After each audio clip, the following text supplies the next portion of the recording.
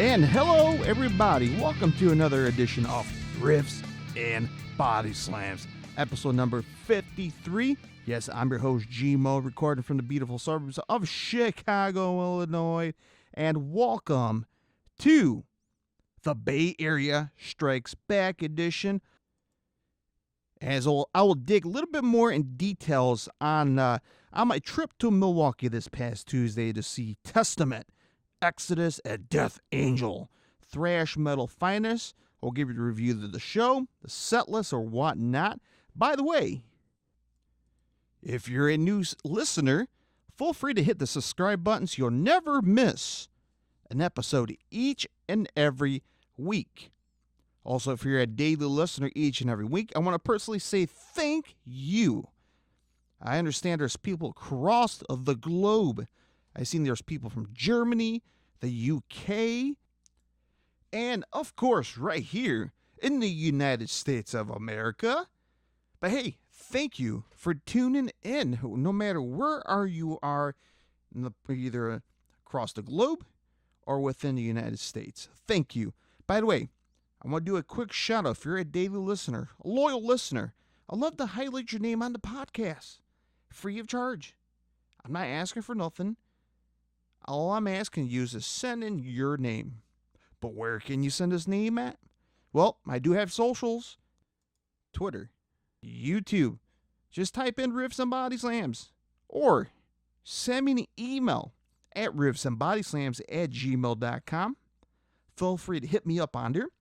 And I do have a second YouTube page, Riffs and Bodyslams Plus. Feel free to watch the extra content. By the way, Riffs and Bodyslams, the original YouTube channel. I do have the video up from this past Tuesday from the Bay Area Strike Backs tour. So it is live, up and available.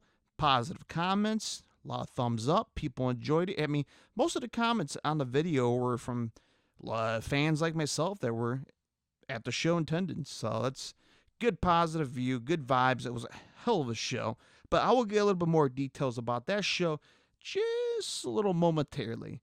But also on the show for this episode, we'll be talking about the AEW Dynamite that went down this past Wednesday. Also, we'll be talking about WWE Extreme Rules. Yeah, we're going to do a nice little preview predictions on my picks and see if it matches up with yours. And then, what else we're going to go on? Obviously, some news. The world of rock, hard rock, and heavy metal and pro wrestling. We'll talk about New Music Friday, my personal favorite. New records coming out. And touring. Yeah, we'll kind of talk about that. And by the way, program alert. My bonus. I'll have a bonus on this episode number 53.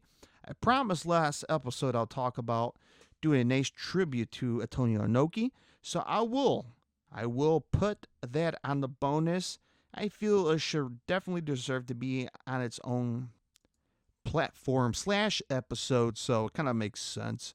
So even though this show is already going to be loaded already, but it's nice to put a little Antonio Inoki tribute on a separate bonus thing, so it'd be short, a little history throughout his career. But majority of the clips that are going to be featured on this podcast coming from a radio show on SportsTownChicago.com, the Windy City Squared Circle, from 5 to 6 p.m. Central Time. Yes, there's been a little bit of technical difficulties when it comes to the app. It should be up live and running. This past Thursday, I did a special time since the app is back on the airwaves. So there's that. So, yeah. Before I get things going, I just want to have a you-me little talk. I want to say, how are you? How are you doing? You healthy? Being safe out there? What's going on? Like I said, my socials, Riffs and Bodyslam, Twitter, Twitch, and YouTube, riffsandbodyslams@gmail.com. And hey, you went to any rock shows this past weekend or past week, like myself? Or any pro wrestling shows or independent shows or whatnot? You snapped any pictures, set list, match cards. Hey, send me to my socials. Let me know how you're doing. If you went to anything fun or specifically when it related to pro wrestling and rock and roll, I would love to hear it. Hell, I would love to bring it on right out here on the podcast. And hey, so right after episode number 52 was released, I went out and support a local independent wrestling show. A little shout out to Rocket Pro Wrestling. These guys are not paying me. It's not an advertisement. Just a local pro wrestling show. It was packed in a small, I guess you could say like a church gymnasium, or I don't know what it is. It's like a community park center. Very small. Roughly around 60 people, 80 people. Maybe I'm a little too high on it, but nevertheless, a good buddy of mine who's part of a tag team there. Been friends for a long time, and I'm going to try to see if he can come on the podcast and, have a nice little conversation for you people, entertain you guys a little bit. But he's a good friend of mine, invited me to the show. Watched the whole show, was just phenomenal. Love watching local wrestlers who either travel across the great state of Illinois or across the border like Wisconsin and Indiana. So, check out Rocket Pro Wrestling on Facebook, and I believe they have a website too as well. Go check it out. But yeah, good stuff, man. Good stuff. And then a couple days later, went to a rock and roll show. All right, definitely blabbering. Let's head on to the Riffs portion of the show where we talk about all things rock, hard rock, and heavy metal. And welcome to the Riffs portion of the show where I talk about all things rock, hard rock, and heavy metal. And without further ado, let's talk about new music releases. But before I start with October 14th, have you listened to the new Lamb of God record? Omens, haven't you? Huh? No, I haven't yet, so give me about a week. I'll listen to them top to bottom. But I promise I listened on my drive to Milwaukee, but I decided to hit a random playlist and just listen to a bunch of stuff. But I'm going to try to listen to both of them back to back. I will give you a full report and review next episode. I promise. Right hand up, I promise. So new Lamb of God, which is out right now. Should be available as this podcast is going to be out. New Queensryche Digital Noise Alliance is out. What else we got? Bush, The Art of Survival, and The Cult, Under the Midnight Sun is out and about. So those releases for October 7th, my personal picks. All right, let's cruise into October 14th to get you all ready and set. By the way, the list that I'm going to read off is coming from Loudwire.com 2022 Hard Rock Metal Album Release Calendar. They get the credit. I'm just relaying the list to you guys. So in alphabetical order, start from the top. The first band on the list, After All. They got a new record called EOS. E-O-S. All right, this band I'm looking forward to. Alter Bridge, Pawns and Kings. It's going to be good. It's going to be a hard rocker. Looking forward to this one. All right, next artist, Austin Mead, has Abstract Art of an Unstable Mind. It's a long title album from Austin Mead. All right, up next, the band Avoid has Cult Metality. Big Train has Summer Shall Not Fade, live at the Lorry. Boston Manor has Datura. The band Boundaries has Brightness. Cavernous Gate has Voices from a Phantom Realm. The band Davia has Through Sheer Will and Black Magic. Dragonland has The Power of the Night Star. Eileen has Acoustic in Hell EP. Killer Kings has Burn for Love.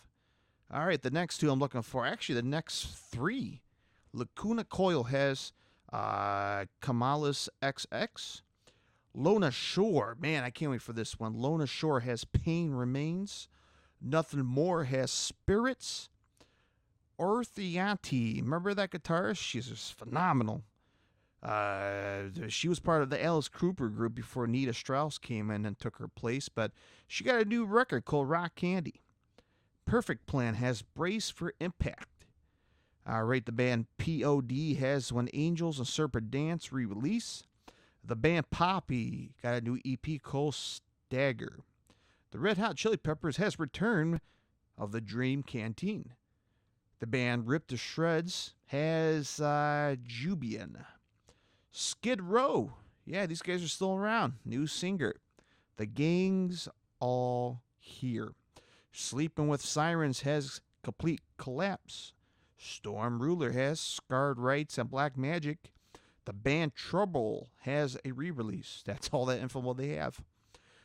Victoria K has Core. We Came as Romans. Those guys are great. They got a new record called Dark Bloom. And lastly, the band Wildness has Resurrection. So a big old list for October 14th. My personal pick, it's going to be Alter Bridge, Pawns and Kings. What else is in here? Lacuna Coil, Lona Shore, definitely for sure on top. Nothing More. Got great singles came out. The Red Hot Chili Peppers. I'm looking for their new album coming out next week. And We Came as Romans. So a couple records. So there you have it. October 14th. New music releases. And still got a few more weeks in the month of October here on the list here. But man, the year is not over. And there's still more records. Great records coming out. So yes, kind of wrap things up on the New Music Friday. And again, let me know what you think about New Music Friday for either October 7th or October 14th. Which records you're looking forward to purchasing, either online, stream it digitally on your phone or computer, or go to your local record stores. You got to support local, right? All right, let's talk about touring. What's some new tours going on across the United States or the world? Obviously, Iron Maiden announced a 2023 tour in Europe for the European fans.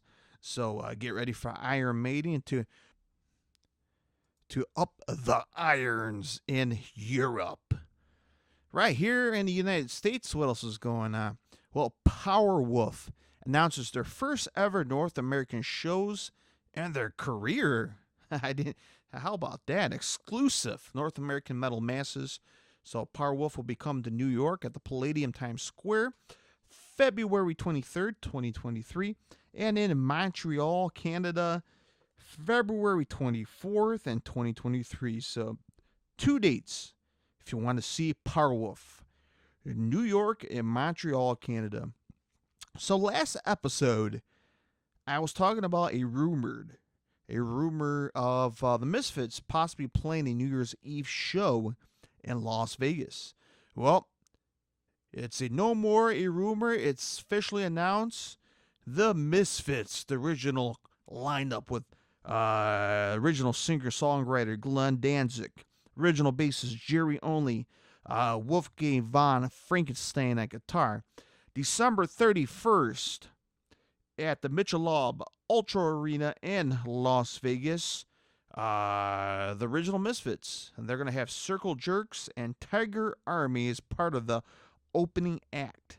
So if you want to travel to Vegas for New Year's Eve to see the Misfits, tickets should be on sale either soon or right now. So some unfortunate news, some sad news coming out of the Rage Against the Machines. They canceled the rest of their 2023 American tour dates due to Zach De La Rocha's injury. So fans who keeping tabs on Zach De La Rocha and the fans been keeping tab on the whole Zach getting injured from the Rage Against Machines. I believe he injured himself right here in Chicago when they did 2 nights at the United Center. I believe he still in pain from was that tendon tear? Yeah, tendon tear. And he ended up playing the second show sitting down, though, or I think the first show. Whatever one of those shows he ended up tearing his tendon. But he ended up sitting down for the whole show. But the tour continued on, but apparently it's not healed. So they're going to cancel the 2023 tour.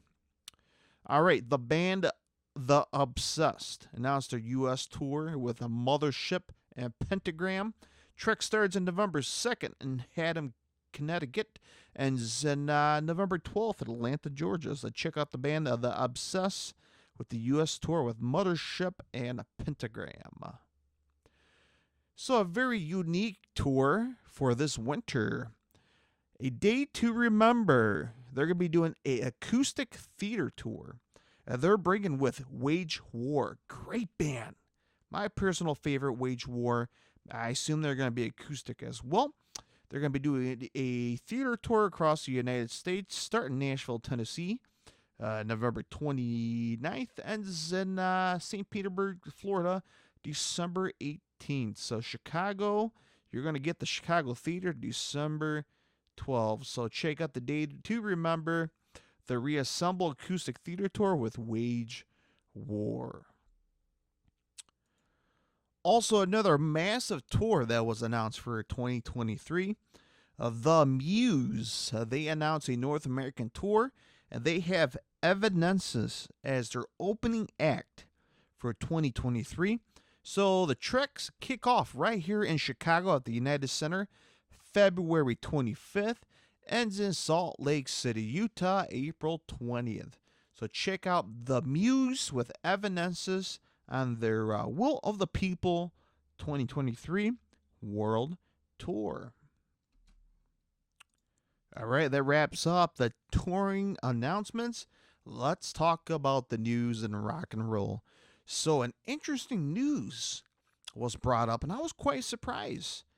So Rob Zombie, he was rejoined by his former guitarist Mike Riggs for the band's last concert this past Thursday, October 6th, at the Aftershock Music Festival in Sacramento, California. So it marks the first live gig since September 24th performance at the Louder Than Life Festival, which featured longtime member John Five at guitar. So as I'm reading this little article here, courtesy of blabbermouth.net, Rob Zombie frontman Namesake didn't address the John 5 status with the group while introducing Riggs from the stage at Aftershock, simply telling the audience that Mike has returned after a 20 years absence to play the gig. So, man, I was reading the comments on social media, and I'm reacting just like everybody else is reacting. John Five and Rob Zombie, they match together. I mean, there's no beef that's been, at least fans are seeing in the public. So why is John Five leaving Rob Zombie? Interesting. So according to rockfeed.com, that John Five and Rob Zombie are no longer following each other on social media, leading credence to the theory that John Five is no longer a member for Rob Zombie's band. Interesting. So Riggs joined forces with Rob in the 90s. He eventually stayed with him in the early 2000s, eventually leaving it in 2004 to start a project of his own. Now, Riggs' songwriting was crunching guitars can be heard on Rob Zombie's Hellbelly Deluxe, American Made to Strip By, The Sinister Urge, and the Past, Present, and Future records. Now, John Five has played with Rob Zombie since 2006 when he was invited to join the band for a short Ozfest tour. Now, despite being told not to get too comfortable, the pairing brought a resurgence in Zombie, who at the point was turning his hand to directing movies and taking a break from music. They began working on 2006 Educated Horse. As a consequence, John Five had to make a decision to leave his fledgling band Loser.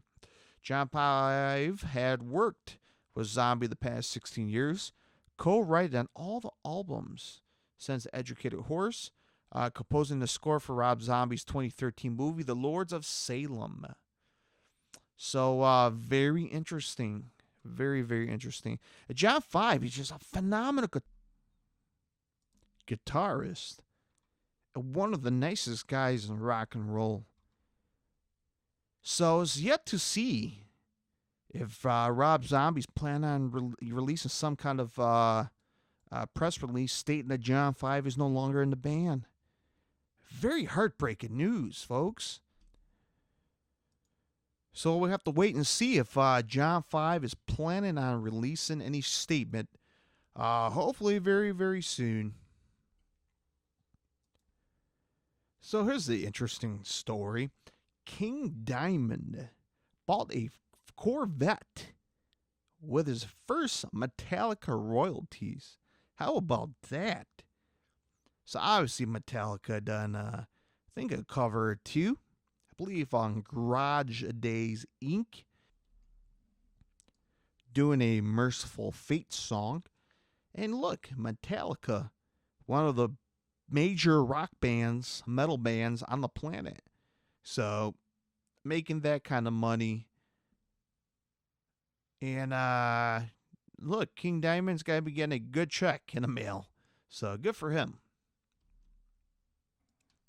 All right, John Pertucci, the current guitarist from Dream Theater, shuts down fan speculations about Mike Portnoy's return to Dream Theater.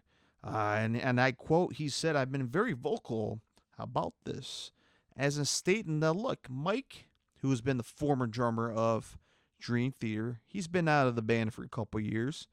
He rekindled his relationship with John. But doesn't mean he's going to be part of Dream Theater now. They're doing good what they have right now with their current drummer. All right, so if you're a action figure collector like myself, the company Knucklebones has announced its team of artists, and it's well in production on a new official license, a limited edition Black Sabbath set of hand cast and painted collectible statues.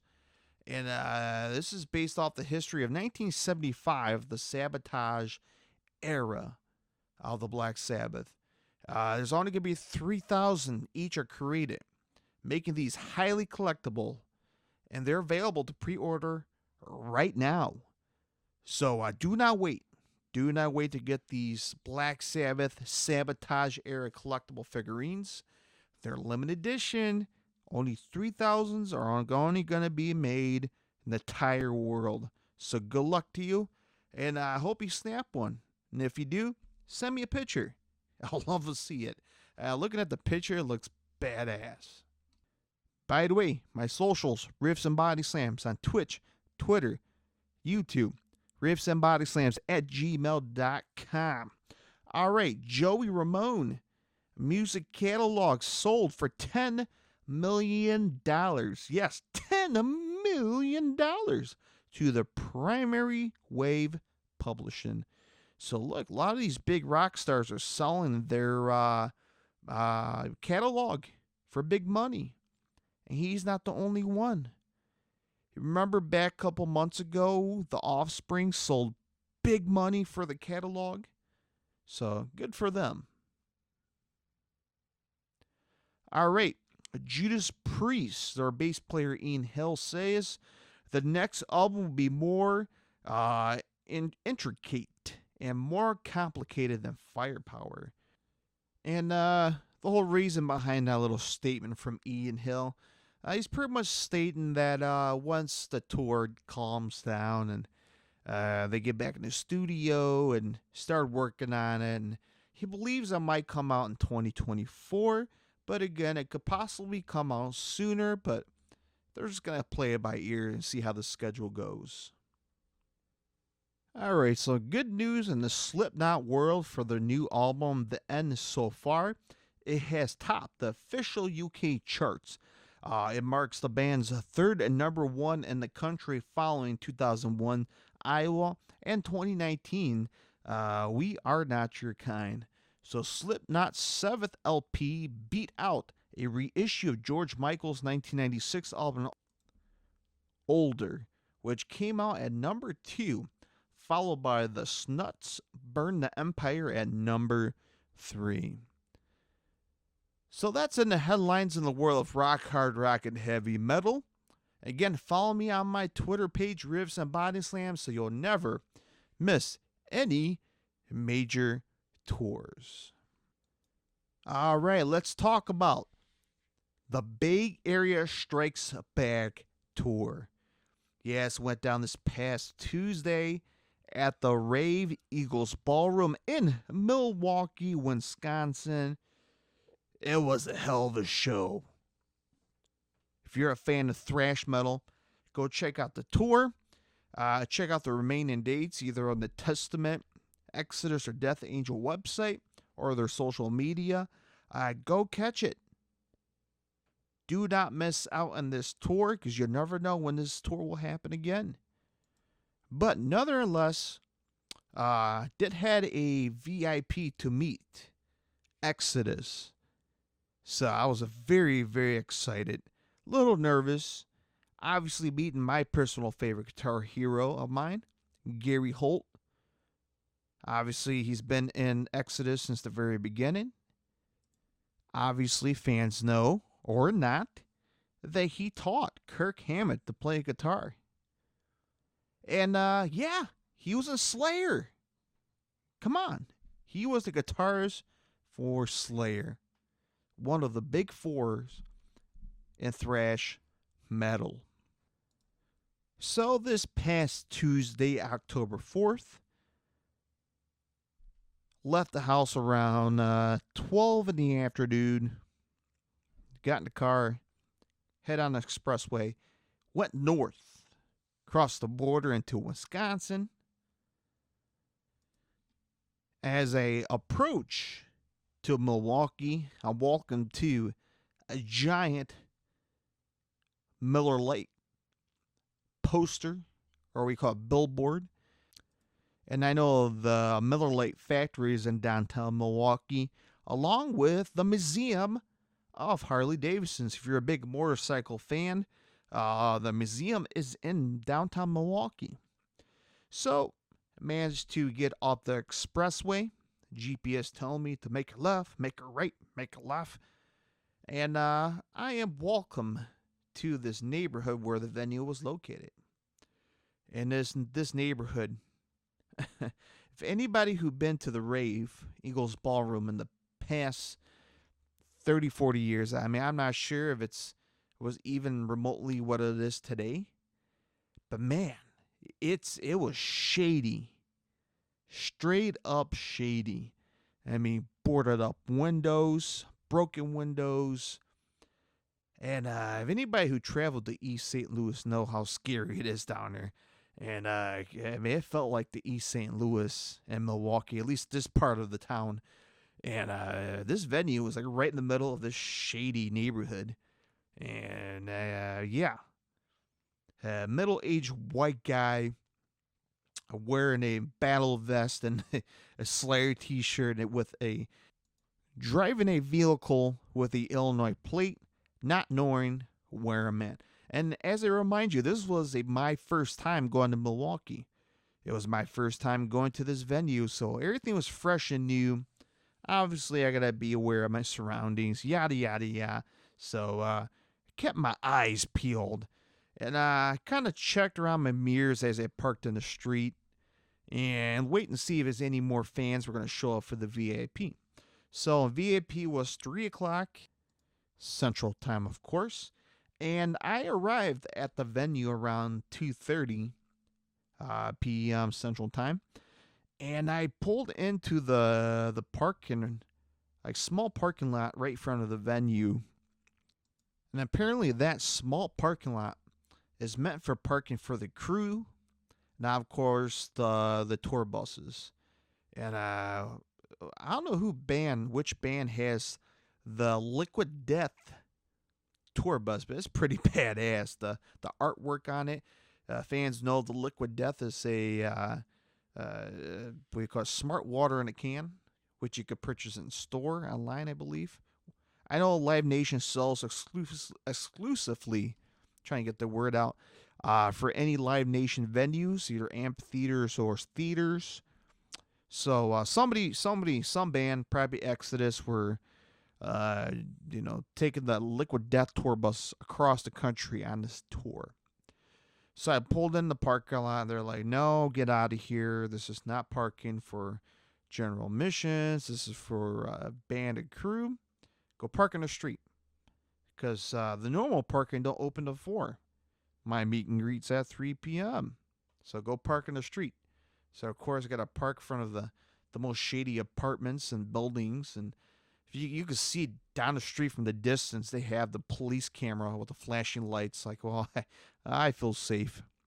Sure enough, I see a bunch of cars rolling up and parking along the street, and see fellow metal fans getting out their cars, and most likely part of the VIP. So I get out, grab my stuff, head to the sidewalk where at least 2 fans were waiting for the VIP.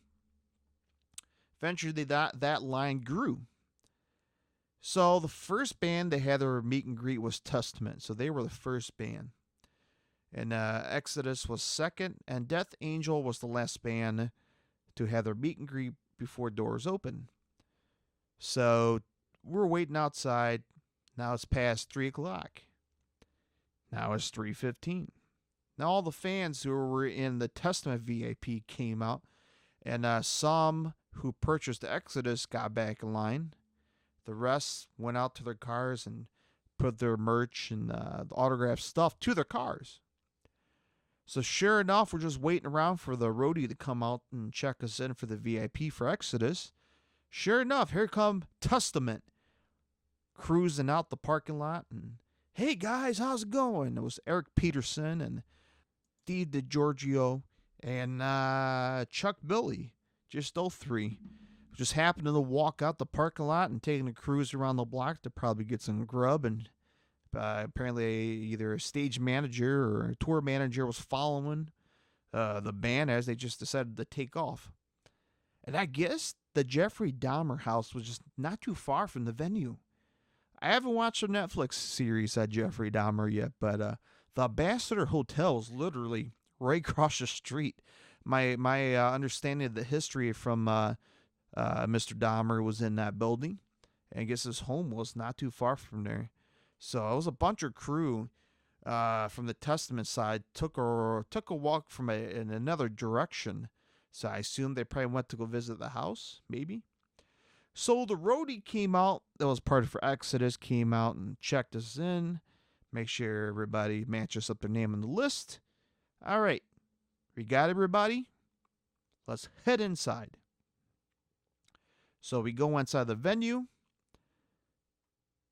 The merch guy decided to hand us out a VIP bag, pretty cool bag, a laminate pass, and gave us a very cool Exodus Persona Non Grata tour t-shirt, part of the VIP merch bundle.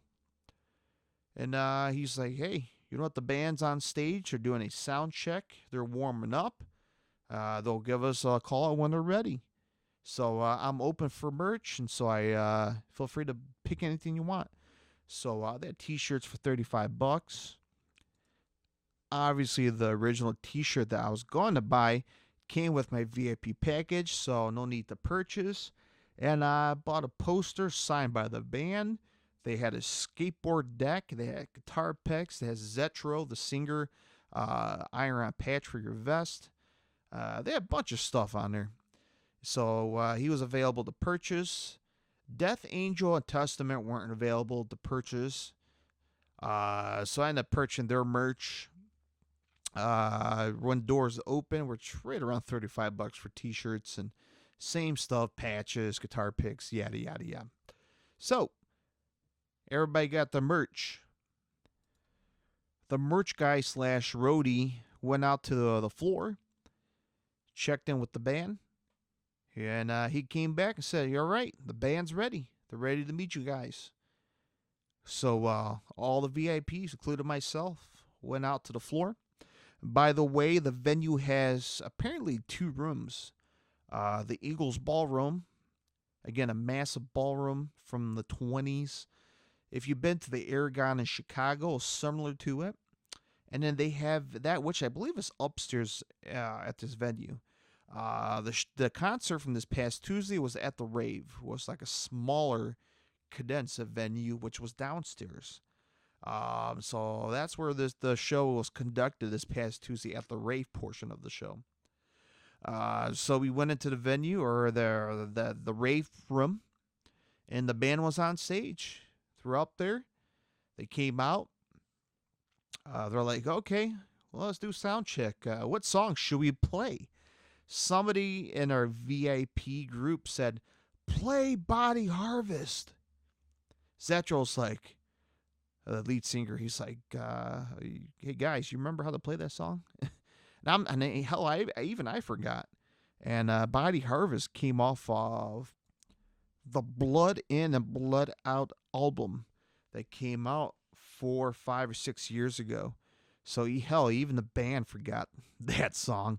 But as the band members, Gary on lead guitar, Lee Altus on rhythm, Jack Gibson on bass, the returning Tom Huntington on drums, and Zetro on vocals. So majority of the band picked up the song right off the bat. I'm like, okay, I remember how playing this song.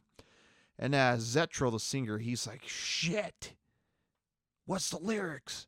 So as the band was already starting the song, the intro of the song, Zetro was just like flying through his phone to find the lyrics, and he managed to find the lyrics right when the first verse came in, and it was awesome, very cool.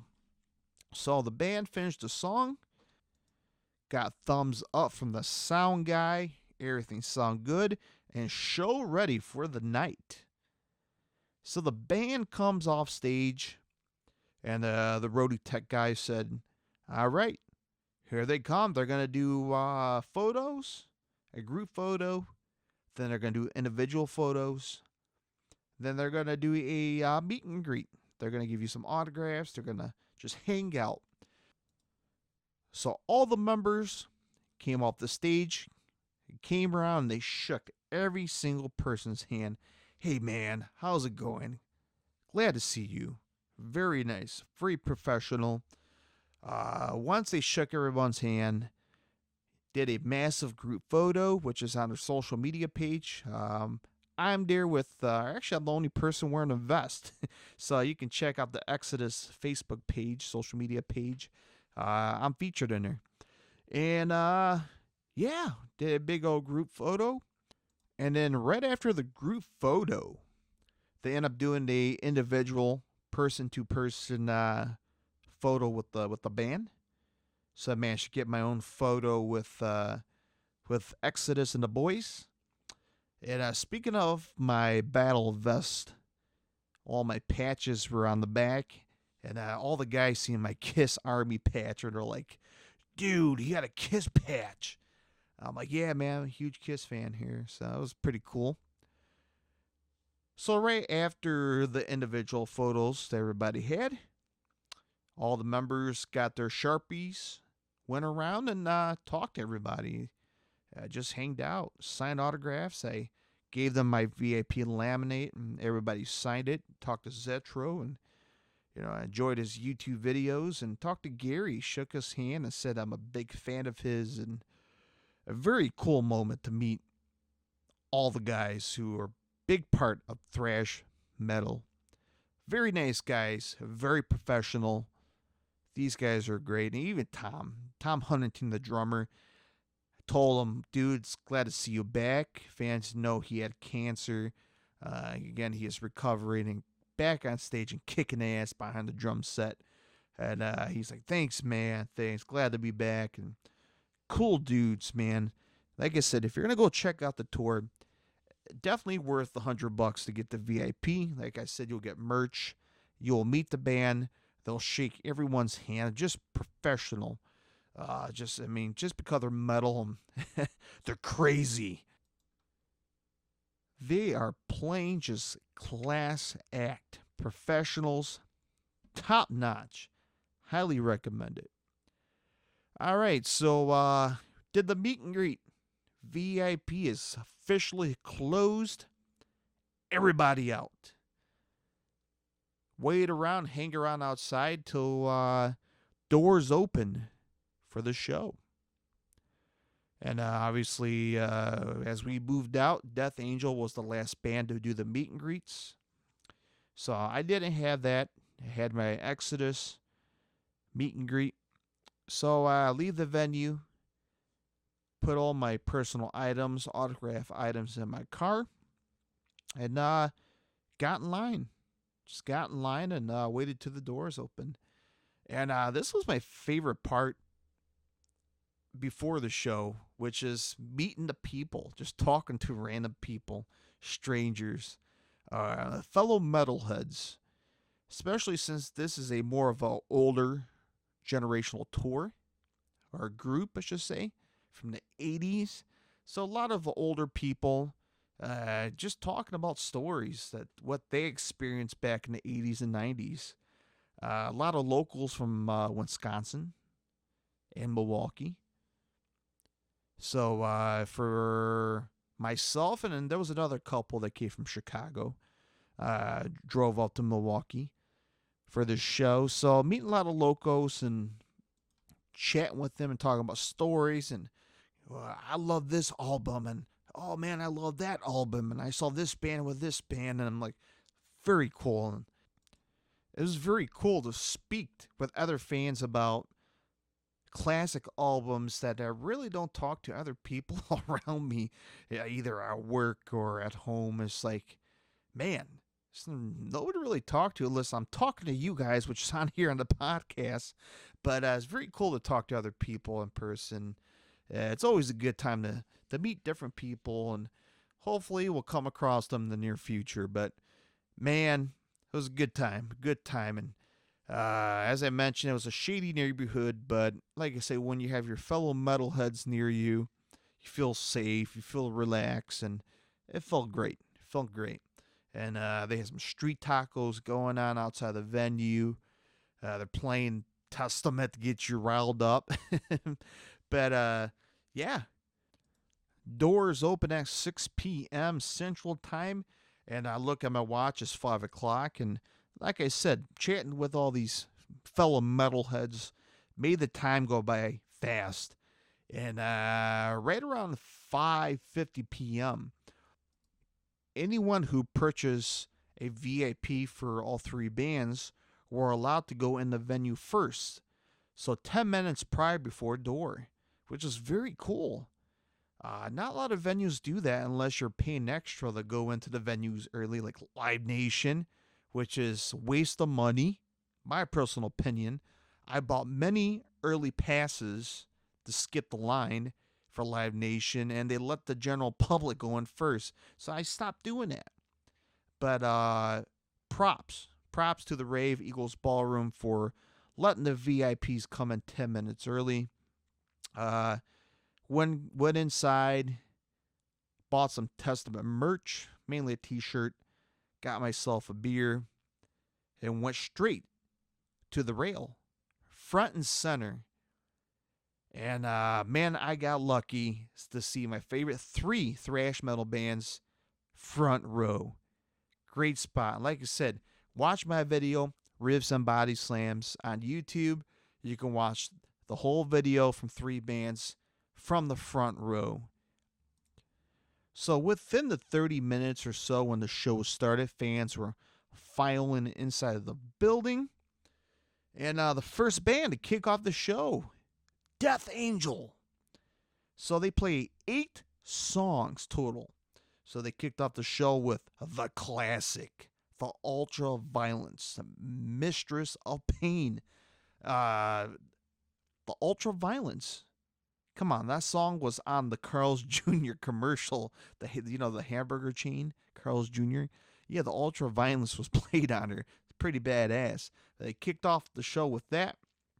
Track number 2 was Voracious Souls. Great song.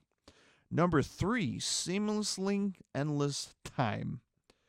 All right, number 4, my personal favorite, The Dream Calls for Blood, which is an awesome headbanger song. Number 5 was Caster of Shame. Number 6, another one of my favorites, The Moth. Number 7, Human Side, another great one. And number 8 that ends out the show, Thrown to the Wolves, a classic Thrasher song. So Death Angel, which is phenomenal, first time seeing them. Again, 8 songs on their set list. All right, so they come off, the band switched the set, and now here comes Exodus. And their intro tape song was Queen's We Will Rock You to get the crowd pumped and ready. And they end up playing 11 songs total. So track number 1, they came out and kick off with The Beatings Will Continue, coming off the Persona Non Grata album. And then number 2, going back to the classics, A Lessons in Violence. Great song. And by the way, nice little special moment for me because either was the first one or the second one, which was Lesson to Violence. Zetro saw me in the front row and he pointed right at me. And that was like a very cool moment. We just both pointed at each other. And he's like, so he kind of remembered me in my vest and the Kiss patch and Dio patches. And very cool moment. So that was number 2. So track number 3, my personal favorite, Blood In and Blood Out. All right, track number 4, The Years of Death and Dying, coming off the Persona Non Grata album. Number 5, my personal favorite, coming off the Rob Dukes era, Death of Femini. Death of Femini. That's how you say it right. Great song, a headbanger. All right, number 6, another favorite of mine, Blacklist. All right, number 8, Prescribing Horror, coming off the new album, Persona Non Grata. And then they end the show with 3 classics. So track number 9, Bonded by Blood. The crowd was just going insane. Again, just body surfing, just bodies coming down, like 2 at a time. Security guards were on top and on their game to make sure they're crowd surfing safely, coming over the barricades. And number 10, just another toe tapper classic, The Toxic Waltz. Yes, he played, what he played, Gary Holt played Slayer's song, the Rain and Blood, the intro Rain and Blood to get the crowd pumped up. And then they start playing The Toxic Waltz. And then they end the set with another classic, Strike of the Beast. And yes, the Wall of Death was in the middle of the set. I can't remember which song was it, but Zetro came out and said, you know what? Divide the crowd. When I get to 3, or I can't remember what he said. When I said go, I want you guys to just take your aggression out and ready, set, go, and just watch both sides of the crowd just collide. Just, man, just brutal. Mosh pits were just insane. Crowd surfing was insane. And this was just the second band of the night. Testament never came on, which we'll talk about in a couple minutes here. But Exodus never disappoint me, folks. They sounded great. The sound was great. These guys were just perfect. Go check them out. Exodus. All right. Here comes the headliner of the tour, The Mighty Testament. And their track taping song to get the pump crowd was Metallica's The Four Horsemen. And man, the crowd was singing along to the Four Horsemen.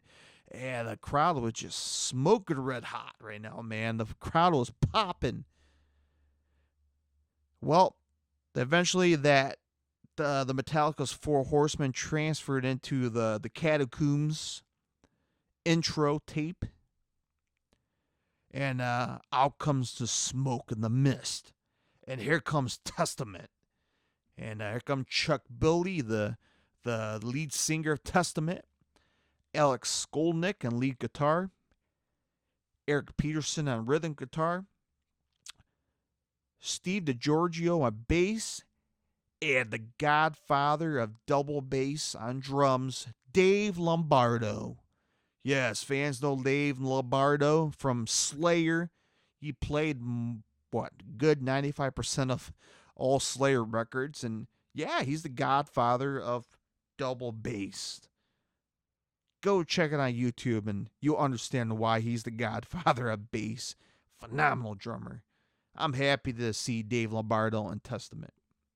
By the way, he's the drummer for the original Misfits reunion, too. So that guy is busy. All right, so the first song to kick off the show for Testament, classic song from the Dark Roots album called Rise Up. Love this song. All right, track number 2, talk about a classic, The New Order. Track number 3, The Pale King, came off the Brotherhoods of Snake album a couple years ago. Number 4, Children of the Next Level, just another rager. Now we're going to a classic, track number 5, Practice What You Preach. Track number 6, World War III, coming off the new albums, Titans of the Creation, which came out, was it this year or last year? And when this song came, the crowd was just, let me say this, Exodus came out and they turned the crowd up to a 10. Now, I thought 10 was the max. Testament came out and just turned it up to 100. That's a big leap. The crowd was just getting rowdy. And the crowd was getting intense. It felt like you were standing in the middle of the ocean, just going back and forth. And the crowd was just getting rowdy, as you spec at a thrash metal show. So for a non-fan who is not a metal fan, it's what you expect at a metal show. For me, just a normal day at the metal show. All right. What's next? Number 7, DNR. Great heavy song. Number 8, Native Blood off the Dark Roots album. Number 10, a classic rocker, The Electric Crown. Number 11, The Formation of Damnation. Another song that got the crowd insane. Number 12, First Strike is Deadly. And then the last 3, going to the classic first 3 albums. So track number 13, Over the Wall. Number 14, Into the Pit. And the end of the set at track number 15, Alone in the Dark. And that concludes the Testament set.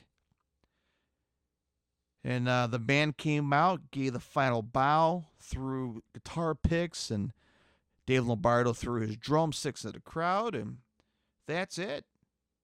Show ended right around close to 11 o'clock p.m. Central Time.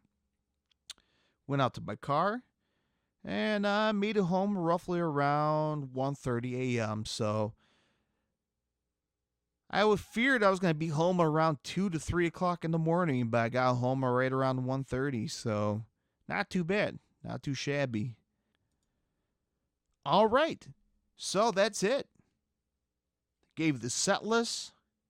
Kind of tell you my little story from my own eyes before, during, and after the show. That's it. It was great. A great small trip. Had a great time meeting Exodus. Again, well worth the money. Highly suggest it if they're going to be in your area across the country. And that's it. That concludes the Riffs portion of the show. Dude, it's almost an hour already. All right, so let's keep the ball rolling. Let's head on to the pro wrestling aspect of the show, the body slam portion of the show, shall we?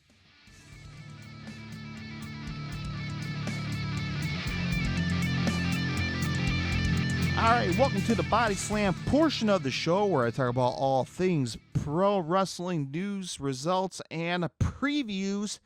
So very quickly, I'm going to give you the quick news and recap. So as I'm recording this, I'm getting some news from SmackDown, WWE SmackDown, and AEW Rampage. So some of the top news, very quick. Max Dupree officially reverts to LA Knight. Name on WWE SmackDown, so it's good to see there. Also, Legado del Fantasma make WWE SmackDown debut with Selena Vega. Also in AEW news, Jon Moxley signs a 5-year contract extension. So that's good news. He's going to be more of a mentor and a coach behind the scenes. So there's that. Also, the White Rabbit news. So I'm going to discuss about that portion, that segment. I'm going to try to squeeze it in on this episode, the White Rabbit. But apparently there's more that came out on SmackDown this past Friday. And look like they're going to be teasing of this White Rabbit debut this Saturday at Extreme Rules. And apparently, I didn't watch it, but I guess I seen a clip of the pig, one of the puppets, was featured in this cryptic message. Could it be Bray Wyatt? Well, stay tuned. We'll talk about that. What else is going on in the world? Pro wrestling. So, some big moves within the WWE commentary. So, Jimmy Smith and Nigel McGuinness are no longer part of the WWE's commentary team. And they're making some big shakeup when it comes to the commentary team for Raw, SmackDown, and NXT. So for Friday Night SmackDown, you're going to get Michael Cole and Wade Barrett. Monday Night Raw will get Kevin Patrick and Corey Graves. NXT will get Vic Joseph and Booker T. And for the pay-per-views, we'll get Michael Cole and Corey Graves. So very sad news to report here that former WWE Tough Enough winner Sarah Lee, or her real name is Sarah Weston, passed away at age 30 years old. Lee's passing was announced by her mother, Terry Lee, in a Facebook post on Thursday. A cause of death has not been disclosed. Lee was married to former WWE wrestler Wesley Blake. The couple had 3 children together. Now, Lee was active on Instagram this past Tuesday, posting a picture after working out at the gym. In 2015, Lee was voted the female winner of the most recent season of WWE's Tough Enough. As one of the 2 winners of the show, she earned a $250,000 WWE contract and joined the Performance Center. She parted the WWE in 2016. The Undertaker announces his one-man show will be held at the Big Night Live on November 25th. In Boston, Massachusetts, the week of Survivor Series, the pay-per-view. So the one-man show will go on sale Tuesday, October 11th, 10 a.m. Eastern Time. So go check it out if you want to see The Undertaker one-man show. I'm kind of curious of what he's going to do. He's going to tell some jokes. He's going to juggle bowling pins. Will he do a magic trick? Who knows? Who knows? Maybe we'll play some checkers or something. So go check it out. All right, so good news for Julia Hart as she is engaged to Lee Johnson. So that's some good news. Bandito has not signed with AEW. So apparently Uncle Dave Meltzer messed up and apologized, stating that he was wrong. And Bandito never signed an AEW contract yet. But he did confirm from Dave Meltzer from WrestlingObserver.com that he was received a WWE offer as well. So Tony Khan, don't let go of Bandito. Keep him. He's very special, very unique, excellent wrestler. So keep him, Tony. All right, so let's talk about the big news in AEW really quick. The Sammy Guevara and Andrade El Idolo altercation that happened backstage. So fans who have been hiding under the rock lately, Sammy Guevara and Andrade had a few words on Twitter this past week. So apparently the whole thing started with Andrade doing an interview. I'm not sure if it was a video interview, a podcast, or whatnot, but he pretty much stating that that Sammy Guevara is being a little whiny brat. He claimed that Andrade is being too stiff with him in the ring. And eventually these two were fighting on Twitter publicly. Andrade said, you know what? I'll see you Wednesday. So apparently there were reports from the WrestlingObserver.com that both men were warned by AEW management on Tuesday about not fighting or else to be sent home. And now there are different eyewitnesses talking about the altercation that happened behind the scenes. Now there's one side from the Dave Meltzer side is given the personal view, what he heard from, and then TMZ had a different one. So there's one story where it is said that Sammy Guevara did not throw any punches or fight back even after Andrade punched him, possibly a sucker punch, according to Meltzer. And then Alvarez heard one account had Andrade spinning Guevara around.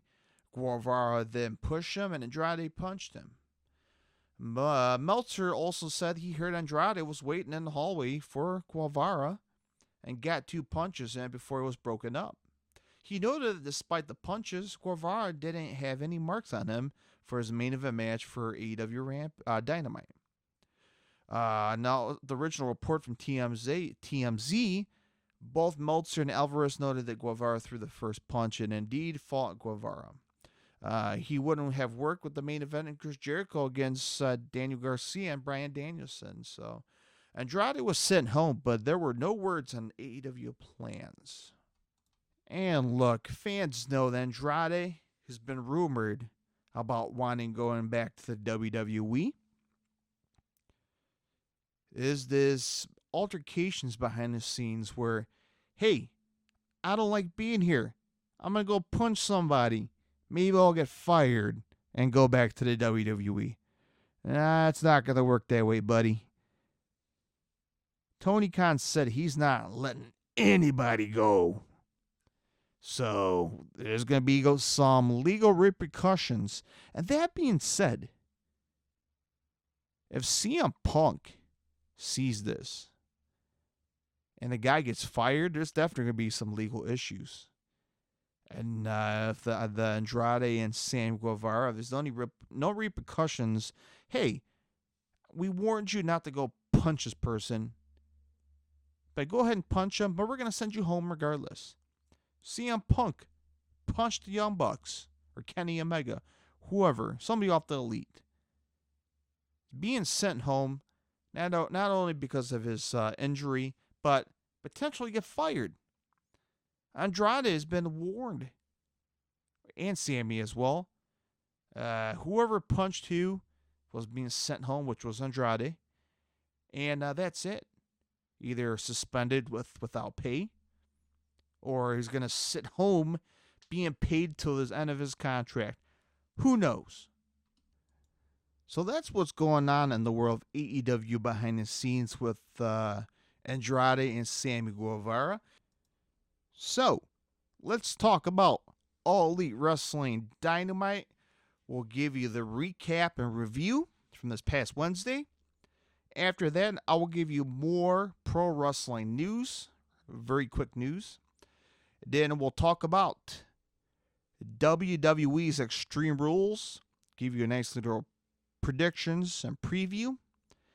And then I will end the show with the White Rabbit teaser and my speculations on who will be that mystery White Rabbit that's supposedly going to show up at Extreme Rules this Saturday.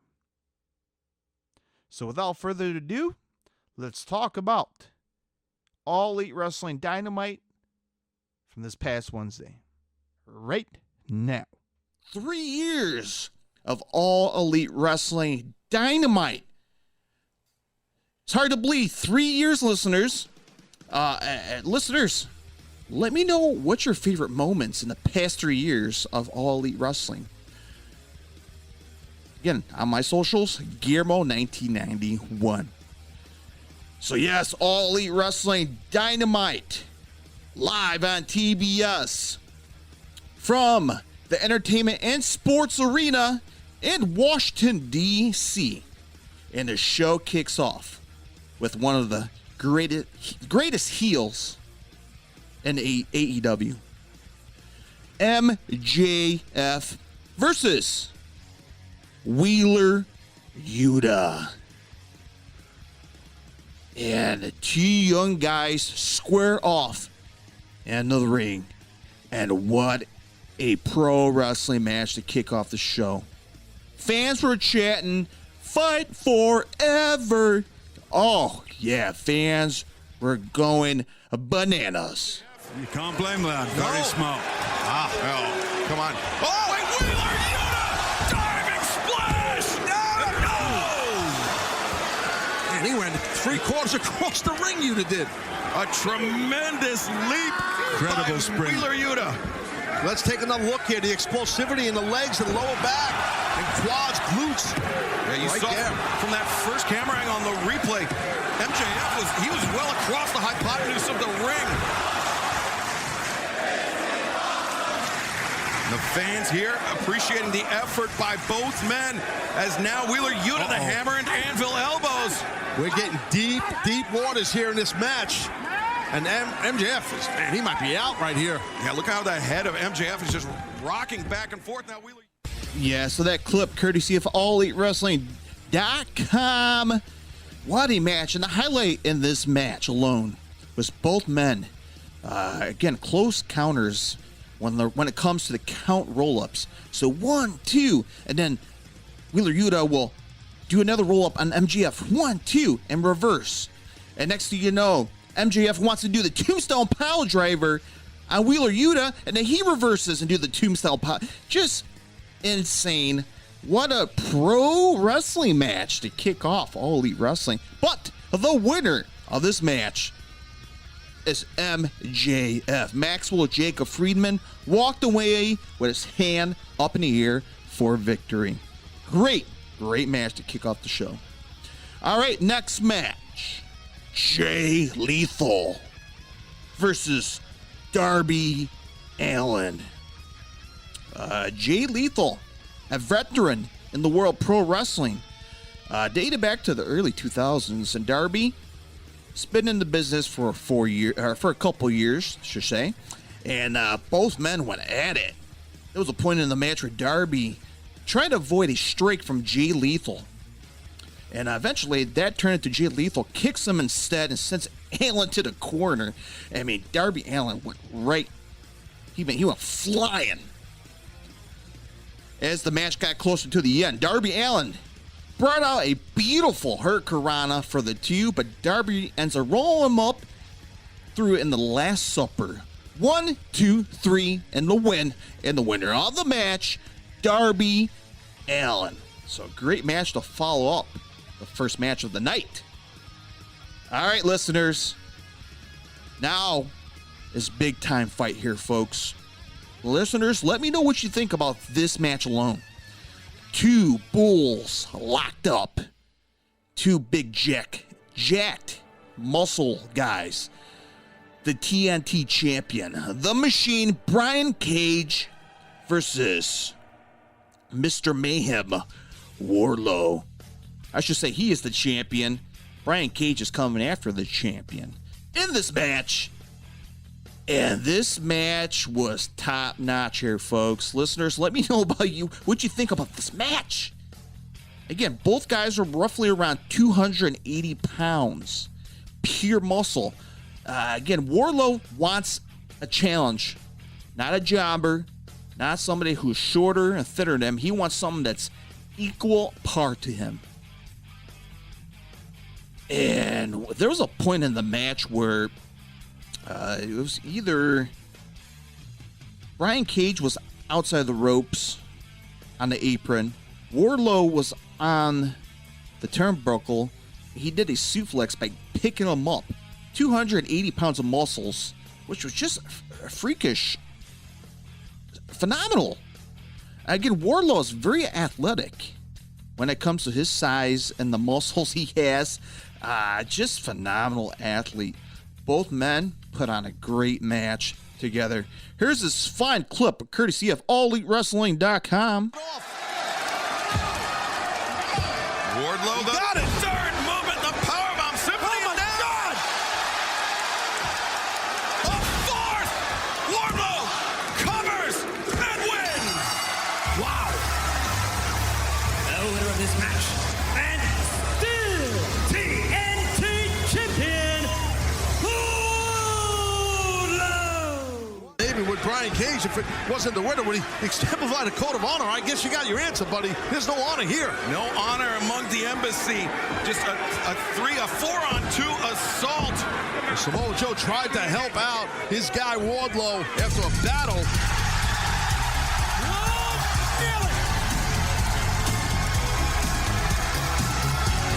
Well, there they are, the Ring of Honor World Tag Team Champions, FTR. Out of nowhere. Yeah, so that clip, courtesy of AllEliteWrestling.com. Wardlow won the match shortly after Brian Cage wasn't happy, and his faction, which is called the Embassy, came right down to the ring and started attacking Wardlow in the ring. Now it's 4-on-1 beatdown. Who's going to save Wardlow? Well, that person was Samoa Joe. Samoa Joe came down to save Wardlow, but it was still 4-on-2. So who's going to come out and help Wardlow and Samoa Joe? Well, that was FTR, one of the greatest pro wrestling tag teams on the planet, came out to the rescue and chased everybody out. And I had a little nice stare down between both groups. All right, up next, a trios women's match. Athena, Willow Nightingale, Toni Storm versus Jamie Hayter, Serena Deeb, and Penelope Ford. Both factions were just phenomenal. The chemistry between Athena, Willow Nightingale, and Toni Storm, just top notch. All right, so there was a point in the match where Jamie Hayter whipped out a big backbreaker to Athena, and Willow with a super kick to Ford. So there's just both going on the same time. But Ford hit once of her own. 1, 2, but no! Willow barely gets the arm up. Eventually, Willow sets Penelope Ford with a doctor bomb and hits it. And 1, 2, 3 for the win. And a surprisingly win from Willow Nightingale. I mean, again, definitely deserves this win. Long deservedly. And she has a big championship match against the TBS champion, Mrs. Jade. What's going on, I believe, next Wednesday on Dynamite. So it's going to be good stuff here, folks. All right, up next, the Acclaimed celebrate the National Scissors Day in front of the Washington, D.C. crowd. And it was just a beautiful segment to have all the fans join together as unity as pro wrestling fans. Take a listen, courtesy of AllEliteWrestling.com. 40 years ago, here in this city, Washington, D.C., greatness was achieved when Washington won the Super Bowl. Yeah. Super Bowl 17. A lot of people here probably don't remember that. I wasn't even born yet, but it means a lot to me because my dad was on that championship team. That's awesome. And his Super Bowl ring is his prized possession. He wears it proudly to this day. And he achieved greatness here all those years ago, just like the Acclaimed achieved greatness when we won the AEW Tag Team titles. Yes, that clip you heard courtesy of AllEliteWrestling.com. A beautiful, nice little promo in this segment with the Acclaimed. National Scissoring Day. No, it's not what you think. It's like rock, paper, scissors. You know, the scissor finger gesture. That's their signature finishing, like NWL with the Too Sweet. Something like that, but that was a nice little segment. All right, next match. El Toro Blanco Rush versus Hangman Adam Page. This was a slobber knocker type of match. Both men went to war. There was a very close count when Rush was standing on Page. Page powers up an Alabama slam and jackknifes him. As the match got closer to the end, eventually Rush was busting open, like bleeding. And as Rush will set up a bullstorm on Hangman Adam Page with a big clothesline, and a buckshot lariat came out of nowhere and ended Rush's little momentum, and Hangman Adam Page pinned Rush 1, 2, 3. And the winner of the match, Hangman Adam Page. Up next, Luchasaurus versus Fuego del Sol. This match was not even 60 seconds. Luchasaurus defeated Fuego del Sol in a squash match. All right, the main event. Bryan Danielson and Daniel Garcia versus the Ocho, Chris Jericho and Sammy Guevara. The Jericho Appreciation Society versus the Blackpool Combat Club. Yeah, I think Garcia's got it pretty tight. He's ready to tap. Can he hang on long enough to make him? Oh, no honor at all there with that Ring of Honor World title by Jericho. Come on! Just exactly what I talked about in the interview earlier. The referee was looking towards the competitor. She didn't see it, Excalibur. No, she didn't. And Bryan Danielson's still down through the timekeeper's table. Sammy Guevara covers and gets the win. The team of Chris Jericho and Sammy Guevara. The Ring of Honor Championship is its highest profile it's ever been, but if it's going to be like this, this isn't the Ring of Honor I remember. Hey, listen, Chris Jericho. Yes, that clip, courtesy of AllEliteWrestling.com, was the point of the match where Jericho slams Daniel Bryan right into the table, then suplex him. So, wow, Danielson just getting brutally beaten up by Jericho outside of the ring. Now, back inside of the ring, Sammy Guevara went for the high knee and the GTH on Garcia. Now, Sammy doesn't cover him. Instead, taunts Garcia. Now, Sammy is on top of the turnbuckle, pulls out the shooting star, but Garcia with the knees up. Eventually, the Dragon Slayer to Sammy Guevara in the center of the ring, but Garcia has locked it deep. But Jericho hits him with the Ring of Honor belt, which you heard in that clip, cheated with the ref, didn't see it, and eventually the ref turned around. Sammy Guevara covered up Garcia 1, 2 for the win. 1, 2, 3 for the win. In a cheating heel fashion way to end All Elite Wrestling Dynamite, and winner of the match, Chris Jericho. So a phenomenal action-packed show last night on TBS. Speaking up another action-packed show, WWE presents Extreme Rules going down to this weekend live on the Peacock Network. What matches are going down to this weekend? All that's coming up next.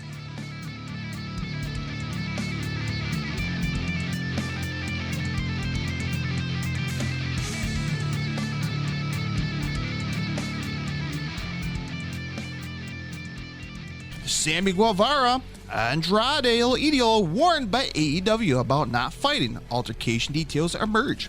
Both Sammy Guevara and Andrade El Idolo were both warned by AEW management on Tuesday about not fighting or else they would be sent home. Following their back forth on Twitter this week, after Andrade interview where he said he had an issue with Guevara, both men had an altercation backstage prior to AEW Dynamite taping last night. Bandito signs full-time contract with AEW. After being offered a contract immediately following his promotional debut last Wednesday, Bandito has signed his full-time contract. Fightful.com first reported the news Wednesday, and Dave Meltzer confirmed earlier this evening. The length of the deal and specific details on his ability to work outside AEW are unknown. WWE Raw ratings down, a big drop in third hour. Raw this past Monday night went against the NFL's lowest number of viewers so far this season. Ended up averaging 1.60 million viewers overall and drawing a .40 rating in the 18 to 49. The 18 to 49 number was Raw lowest number in 3 months. New tag team titles, number one contenders crowned in WWE's NXT. Nikita Lyons and Zoe Starks are the new number one contenders to the WWE NXT Women's Tag Team Championship. Lyons and Starks defeated Toxic Attraction, Gigi Dolan, and JC Jane in the number one contenders match on Tuesday WWE NXT.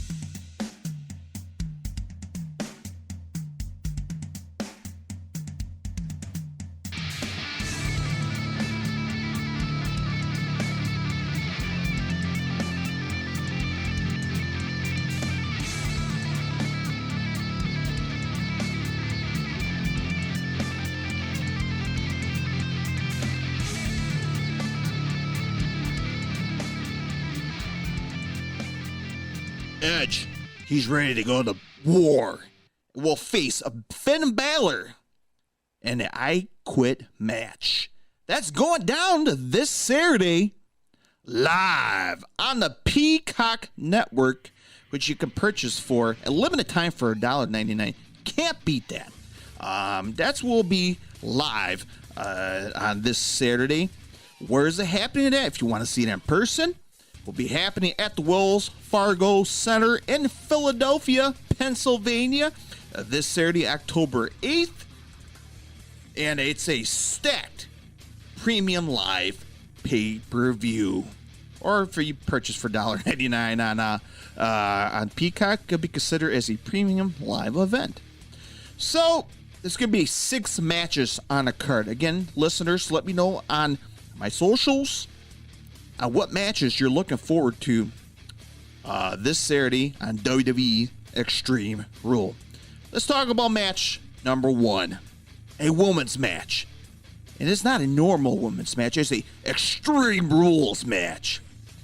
Anything goes.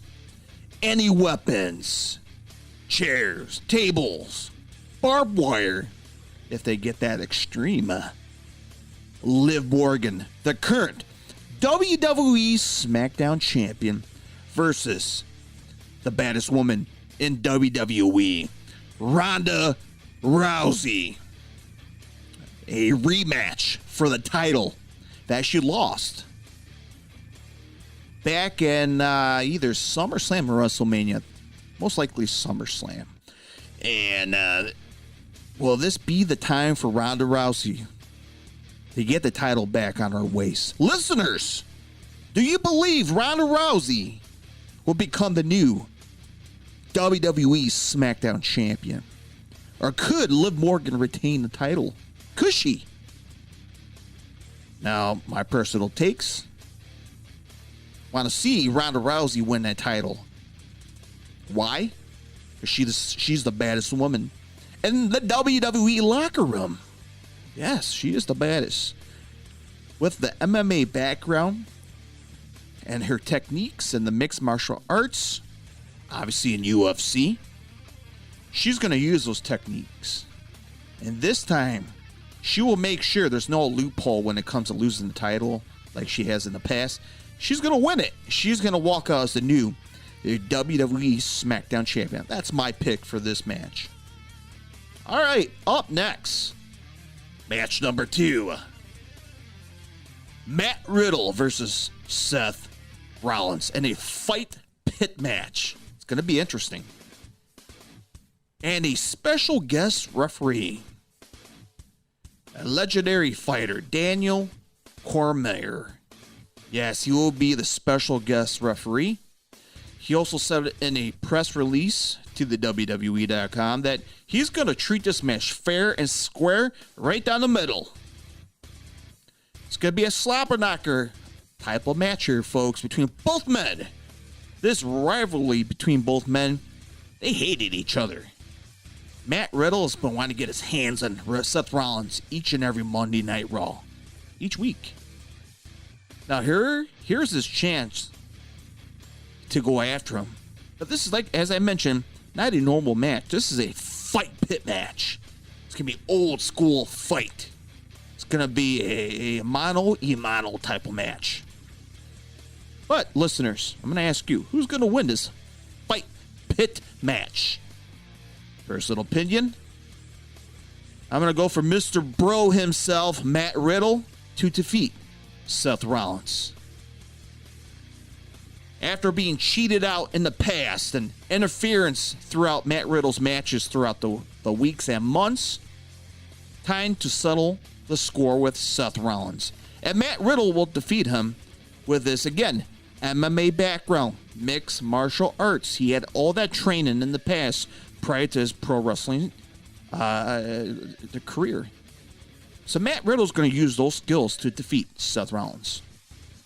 Up next, this is going to be a brutal match here, folks. Drew McIntyre versus Karrion Kross in a strap match. A classic strap match. This match is going to be intense. Now, Karrion Kross, which is phenomenal all across the board. Drew McIntyre, he is a superstar. The guy is jacked. He is smart. He has all the tricks in the books to defeat Karrion Kross. And that's going to be my pick. Drew McIntyre to win in this strap match. Up next, a ladder match for the WWE Raw Women's Championship. Bianca Belair, the current champion, versus Bayley. It's going to be a great women's ladder match. It's going to be a good one. It's going to be a close one. Bianca's been a champion for a couple months now here, folks. But, listeners, do you believe Bayley will get this opportunity to win the title? Will she have a little input help from her faction, which is Damage Control, which is Dakota Kai and Io Sky? Will they interfere in this match? Or could Bianca Belair's team counter with Alexa Bliss and Asuka to stop them from interfering in this match? It's going to be a tricky match here, folks, but most likely my pick's going to be, I'm going to go a little risky here. I'm going to go for Bayley to become the new WWE Raw Champion. Why? Well, she's the heel. She is smart. She has the Damage Control faction. Somehow is going to try to interfere in this match and distract Bianca and try to take out her team to give Bayley the win. That's my pick. All right, up next, the rated R superstar Edge versus Finn Balor in an I Quit match. Who will tap out and say, I quit? This is going to be another brutal match here, folks. Edge, who's a veteran, not just a singles wrestler, but a tag team wrestler. Edge and Christian, right? Versus Finn Balor, who's traveled across the world and Japan. Obviously, he was part of New Japan Pro Wrestling. He's been into Australia, Germany. So he's been across the world and faced the greats in the world of pro wrestling.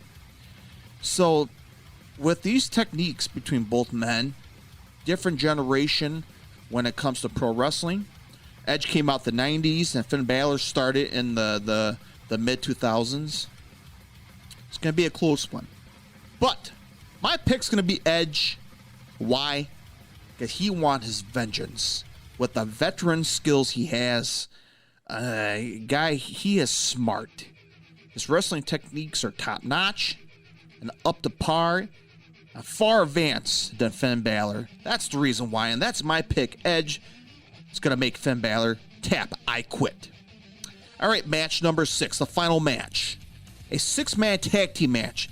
A good old-fashioned Donnybrook match. Interesting match. the Brawling Brutes, Shaman, Ridge Holland, and Butch versus the Imperium, Gunther,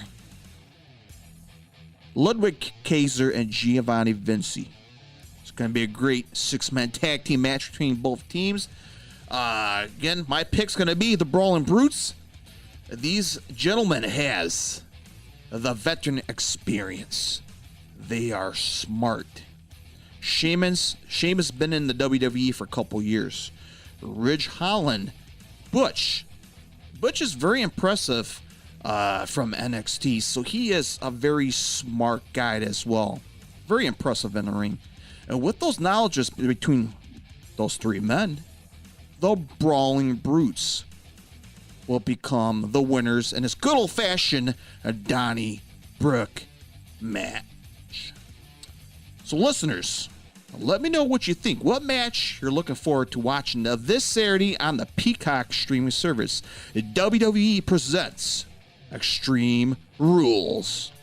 Now, speaking of WWE, they're putting out little cameo teasers these past few weeks of a possible return of a former WWE superstar. Which superstar would that be? All of that's coming up next, right here.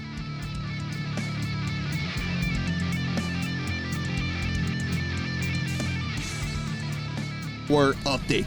WWE NXT viewership and 18 to 49 demos rating down. Tuesday's episode of WWE NXT averaged 625,000 viewers on the USA Network, down 5.3% from last week. It's the lowest audience total for the show since August 9th. Digital Media Title Open Challenge added to Impact Bound for Glory.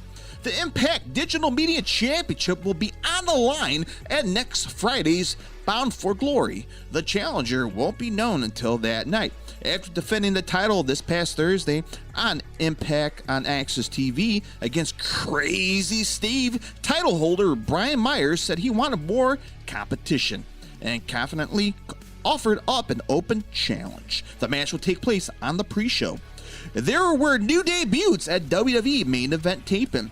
3 wrestlers from NXT made their main roster debut on this past Monday. Fallon Henley, Josh Briggs, and Brooks Johnson all competed in matches before this past Monday Night Raw from the Xcel Energy Center in St. Paul, Minnesota.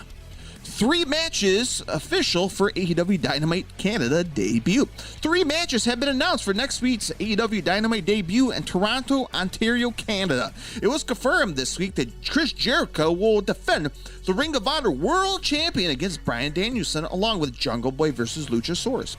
Christian Cage will be in Luchasaurus' corner. The 3rd match will for next week's Dynamite will feature Swerve Strickland facing Billy Gunn. This has been your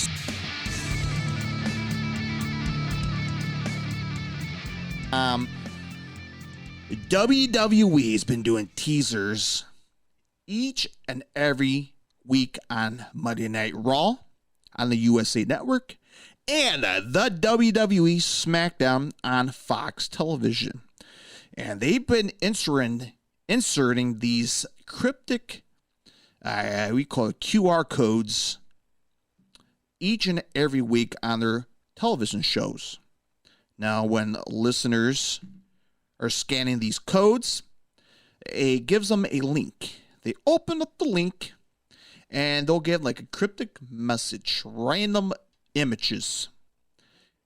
Listeners are trying to figure out, they're trying to link these cryptic messages and images together. Also, they've been giving away coordinates, which those coordinates will lead up to the following show, or the upcoming show, I should say.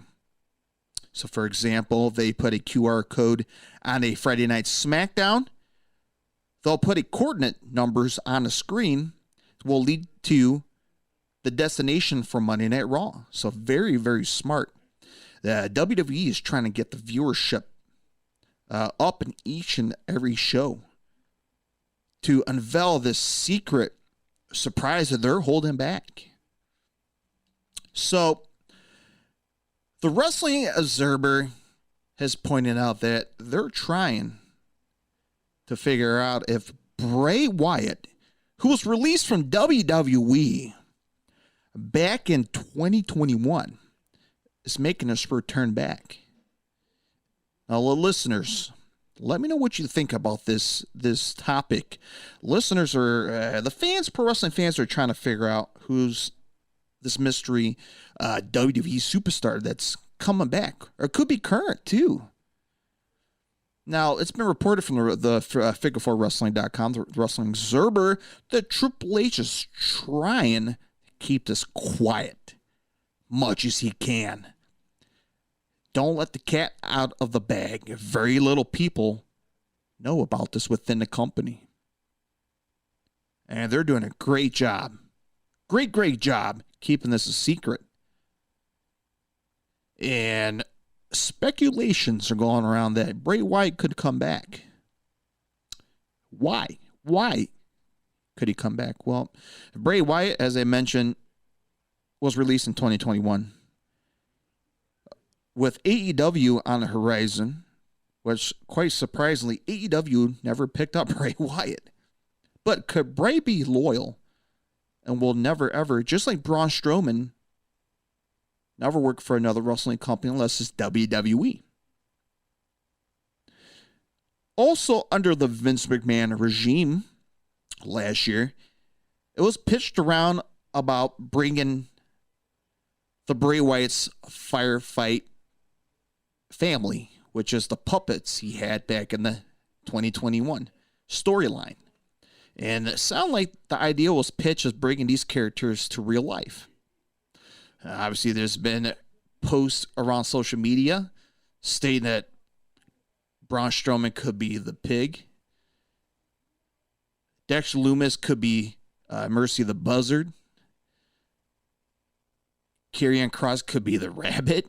And the witch could be Karrion Kross's wife, Scarlett, as real-life characters for Bray Wyatt's faction.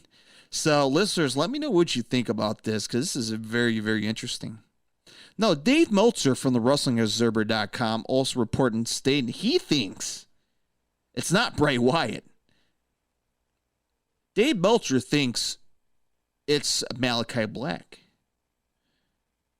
Now, he's currently on hiatus right now in AEW due to mental health. And he stated a couple weeks ago that he's not leaving AEW. So, with that going around, another interesting news came out. And WWE has hired former Marvel writer and Disney producer Rob Fee as a director of long-term creative in the WWE. Well, now, why is that interesting? Well, Mr. Fee was interested in making a horror movie theme about the Fiend, Bray Wyatt, in the past. He also was a special guest part of Bray Wyatt's real-life wedding earlier this year. So he was featuring a photo on social media with Bray Wyatt and his very own wedding. And maybe with all this cryptic clues, this hidden QR codes, could be from the mind of Mr. Rob V. So, as mentioned, FightfulSelect.com also been reported that he also, as I mentioned, pitched a horror movie about Bray Wyatt before the Stars release from last summer. And definitely was a bigger, the brains behind this whole master plan. So with the Bray Wyatt possible return, listeners, let me know what you think. Do you think this could be a big deal? Could his return to the WWE could be bigger than it was before? No, Bray Wyatt, there's been multiple reports behind the scenes between him and Vince McMahon before his departure about their creative ideas clashing. And Bray Wyatt was not happy with the direction that Vince was taking him as a superstar. These ridiculous spots where, they had a fake Bray Wyatt body, set it on fire, and have him coming through the ring. It was just not spooky. It was silly with the red lighting. They're in a cage match with Bray, and it was very silly, very goofy. Doesn't matches up with his character whatsoever. Now that Mr. McMahon is out of the company, Triple H is in charge and creative. Could Triple H fix his creative outlook in the near future when it comes to Bray Wyatt and give his own vision of what Bray Wyatt wants to see? Again, listeners, let me know what you think on my socials about this whole situation. Do you think Bray Wyatt will make his return back? Possibly this Saturday on Extreme Rules, which the clue leads to. Or could it be somebody else? Let me know what you think on my socials.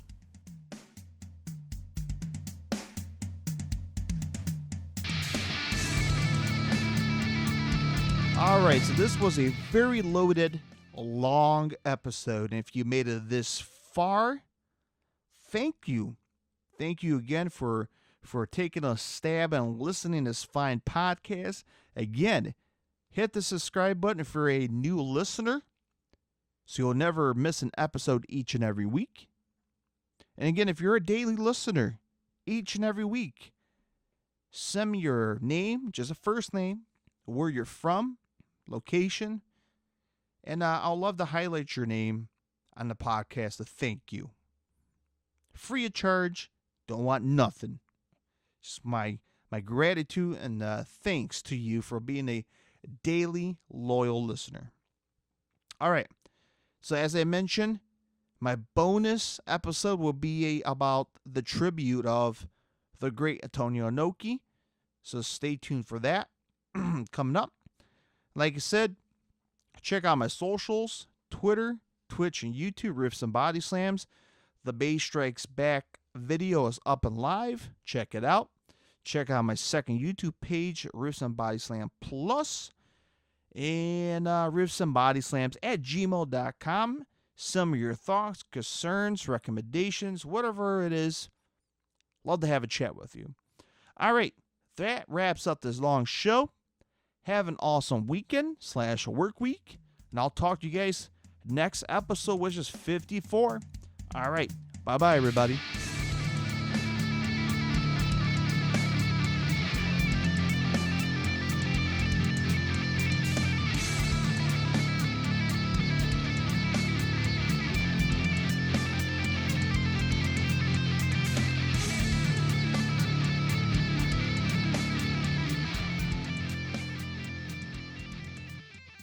Thank you for watching. Don't forget to hit the like button and subscribe today. You can find me on all major podcast outlets, on Twitter, and on Twitch, Riffs and Bodyslams. And don't forget to follow my official Riffs and Bodyslams original channel, Pro Shot Concerts and Wrestling Videos. Subscribe today.